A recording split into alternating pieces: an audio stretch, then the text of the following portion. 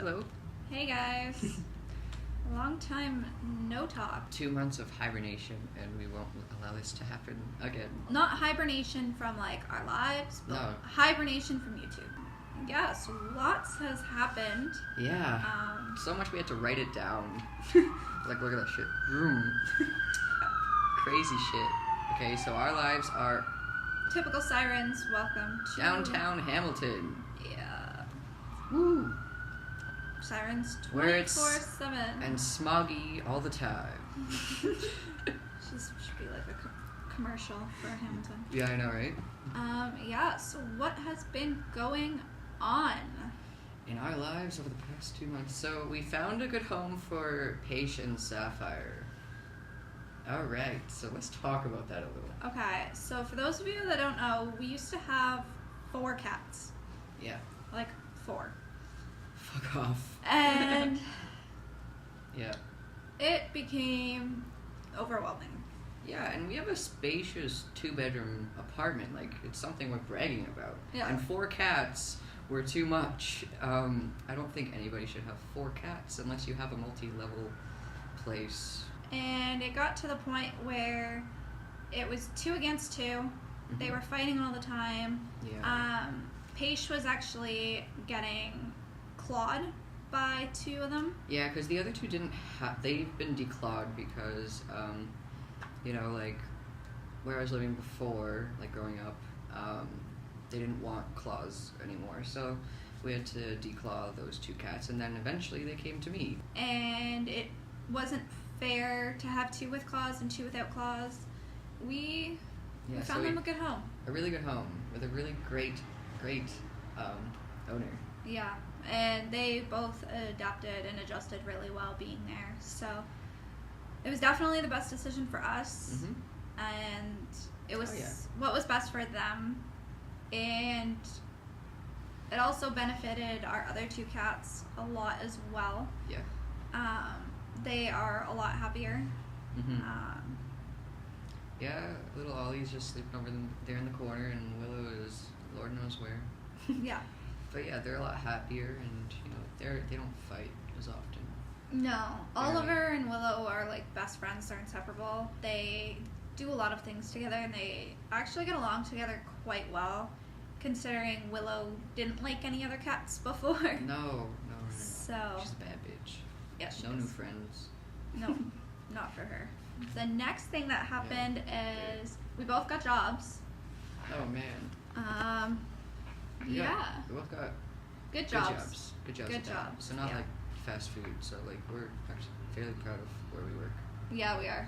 But we're obviously not going to post that online for our own safety. Confidentiality. Yep. Haters gonna hate. Keep hating.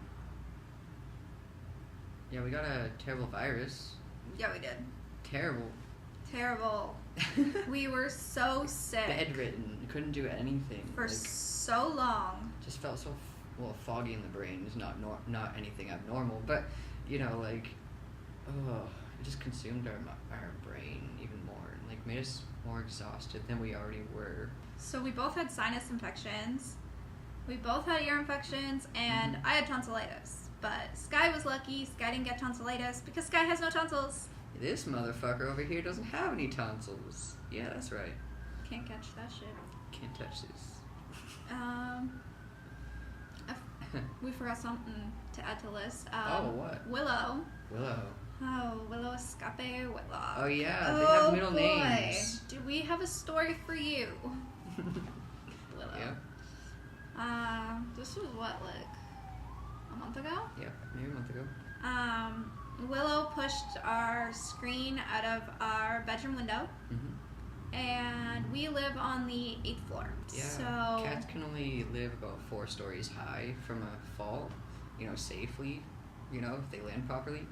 So this is double that height. So yeah, she would have been gone. We were very, you know, she was really freaked out, and you know, I was 2 on the inside, but you know, just she's a little like. Willow's a little sketch bag, so if you act a little skittish around her, she'll go running. It's just how she is. Yeah, so she pushed a screen out of our window, went across our balcony, which is about 20-something feet long. Like, we have a decent size balcony. She went under the divider to our next door neighbor's balcony. For those of you who don't remember, our next door neighbor, I'll link the video actually down below. That shit's funny. Our neighbor tried to kick our door in, and I'm not about to go knock on his door and tell him my cat's on his balcony. No. And then we finally found Willow. She came closer to our divider, and then she ran away again. Yeah, like she literally held herself up and then looked over the edge, like looking down, and I'm like, Willow, no, I can't even like get you through because you're too chunky to pull through anymore. So yeah, she ran off. Yeah, but we did get her back. She actually found her way back to the door. The cat came back. Yes, she did. The cat. Thought she was a goner. The cat came back. Yeah. But she's fine. She's alive. Yeah. She's well. She's great. She's great. What's next on our list? Oh, okay. So speaking of surprises and random things that just love to freaking happen, we got, we have to, like, you have to respect yourself and have boundaries and have certain people on the back burner, and some people don't even belong on the burners at all. And unfortunately, that's what happens in life. You learn over time, and lessons get learned, and you move on. Okay, no hard feelings. But we, one of these said old acquaintances of ours, I guess got, like, her feelings upset by what? Us telling her that our friendship wasn't working out? Because she was always trying to get in between us and play us against each other, and that's not... That doesn't work in the marriage world. It doesn't... Well, yeah, if you give a shit, anyway. It doesn't fly.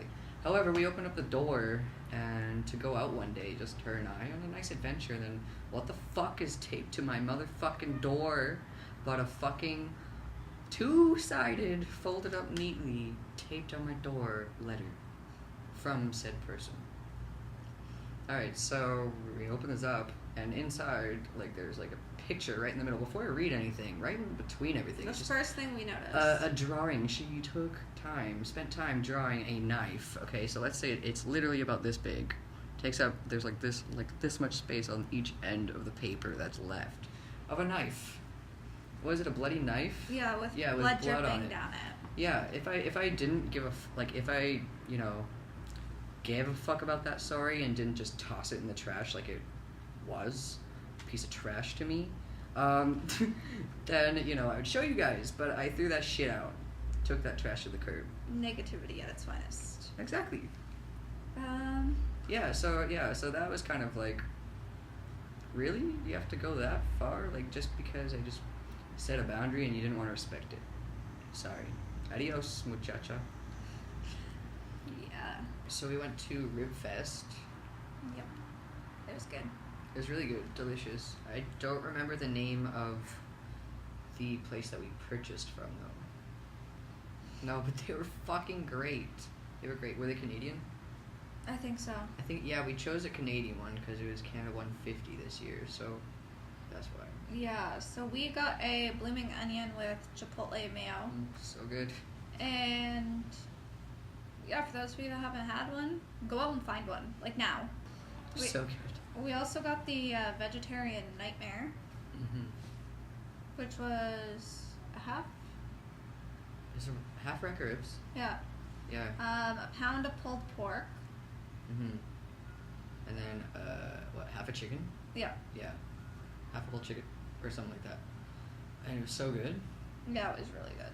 It was so good. Even the chicken at Rib Fest, I wasn't expecting chicken to be good at Rib Fest, because who the fuck goes to a Rib Fest to get chicken? But the pulled pork was probably my favorite. Yeah. The pulled pork was bomb. Holy shit. All right. Oh, and something that we just love to do because, we like that area, and it's kind of where we beep beep. It's kind of where we started our story as well. So like Locke Street area. So it's a really good part of Hamilton. One of the best, actually. Yeah, like all the way down the strip. Like I consider it as a strip because it is on both sides of it. It's all local stuff. So it's not the huge corporations minus a couple things, but just basic things that you would expect in a place like that. Yeah, they have some really cool stores. It's a really nice area. Mm-hmm. That's actually where we lived once upon a time. Yeah, and like we over the past 2 months we've gone there like once or twice. Twice, yeah, and just like spent a day going up and down. And looking on the side streets for mm-hmm. apartments. Yeah. Because we are going to be moving out of here. Yeah. We're completing something, this lease. And then we're getting the fuck out. But we are getting the fuck out of the fucking ghetto. We are getting the fuck out of here, and we are going to look back but never go back. And laugh. Exactly, precisely. And I think everybody should not be comfortable in a place like this and want to get better, you know? Yeah, that's the sad thing in this building is you could see the people that are actually like comfortable here and they think like this is acceptable. And I don't know how people could be okay with living in a building like this. Like this is disturbing, beyond disturbing. Like this is shit that like I didn't even know actually existed out there. Like, I didn't think apartment buildings were like this. Talk about it. What happened in this building? But in this building downtown Hamilton. Building. Where do I even begin with this building? So. What kind of things do you see that you're talking about right now? Like prostitution? Yep. Drugs. Prostitution, you know, you hear it all in the stairwells. There's no cameras here. No. Right? There's no cameras installed, which, you know, there has to be, but there's not. You know, police, fire marshals, paramedics all come in throughout here, and nobody does anything. Cares. Nobody literally fucking gives a shit. There's raids, like, every week. Always. They care about that. As long as they're not making a profit here, they care about that. What about the real crime that's going on in here? There was... So, one of my acquaintances in this building has a teenage daughter who was jumped and beaten in our laundry room. In our laundry room, which, again, has no camera. Yeah. And the walls are peeling. We'll actually take you guys through this place and show you sometime. Before we leave. Before we move. It's disgusting. Yeah. It's fucking disgusting. But, like, there's rules and regulations for a reason. And, like, there's public health for a reason. And I don't know why they haven't been in here. They need to be here because this is not acceptable. Yeah. What else? Like, yeah, so she got jumped doing laundry? Yeah. Fuck. And she's young, like she's a minor. Yeah. And jumped by, you know, Two people. A mother and a daughter. Is that what you said? Yeah. A mother and a daughter. A mother and a daughter. Then there's also another person. Like that shit's going on in our fucking building. Yeah, and then there's another person suing our landlord. This old lady, okay, so let me just give you a recap on our landlady. She's a great woman. She is. And anybody who talks shit about her is because you do stupid shit in your apartment. I don't care. But this landlady, she's older. So, like, you know, she should be retired. Or close to it, you know. But she's older. You know, I don't want to, like, have sirens wailing all the fucking time because we're downtown Hamilton. People pulling fire alarms. Pulling them 3 times in a night and nobody does shit about it still. Everyone has the answers in this fucking building, but nobody's fucking talking yet. You want shit done? Sorry. Not sorry. Yeah, but our Lock Street adventures are great. But this building's fucked. So that's why we're moving back to Lock Street. That's just some of the shit that happens in here. We'll probably actually do a video, a rundown on this whole building sometime. Yeah, we and post it after we move. Alright, so, with that being said, all that bullshit that happens in here, that's why we're fed up. It's, you know, it's just encouragement and motivation, rather. You know, being that fed up. To keep moving forward, up, and never look back. Because, like, we clearly hit rock bottom. Like, a year ago, we were fucking homeless. Yeah. Literally fucking homeless, living in a motel life. Brampton, you know how that is. If you know Motel 6, Bacardi area, you know how it is. That shit was fun, though. You know, we had Pokemon Go. It kept us going. Yeah. Pokemon Go. Shout out to whoever made you. Thank you. Yeah, you got us through some tough times.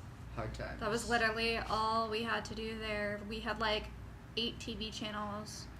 The Wi-Fi cut in and out all the time. We had nowhere to go. We had nowhere to go. Like, there was nothing around. No. We were in, like, buttfuck nowhere. No. You know? So, like, all this shit is, like, a good thing to reflect back on.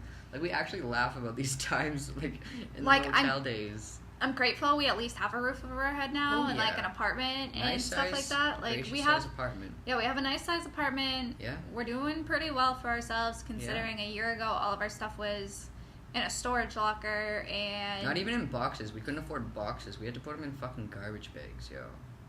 Like that's how poor we were, and like we're literally just digging ourselves out of that. We're still digging ourselves out, and we've been digging ourselves out for the last. You know, but like we're seeing the movement. Last year. We're seeing the change now. Yeah. And like we're excited to where our lives are bringing us. For damn sure. Yeah. I am. We just gotta get there. And we are, one step at a time. Alright, so we like going on Adventure Lock Street. We're moving back there, and that's that. And yeah, we're not limiting ourselves anymore, guys. And it feels great. No limits. Nope. Within reason. Yeah. Alright, you have anything else? No, I think that's it. It's fucking awesome. Alright, till next time, guys. Bye, guys.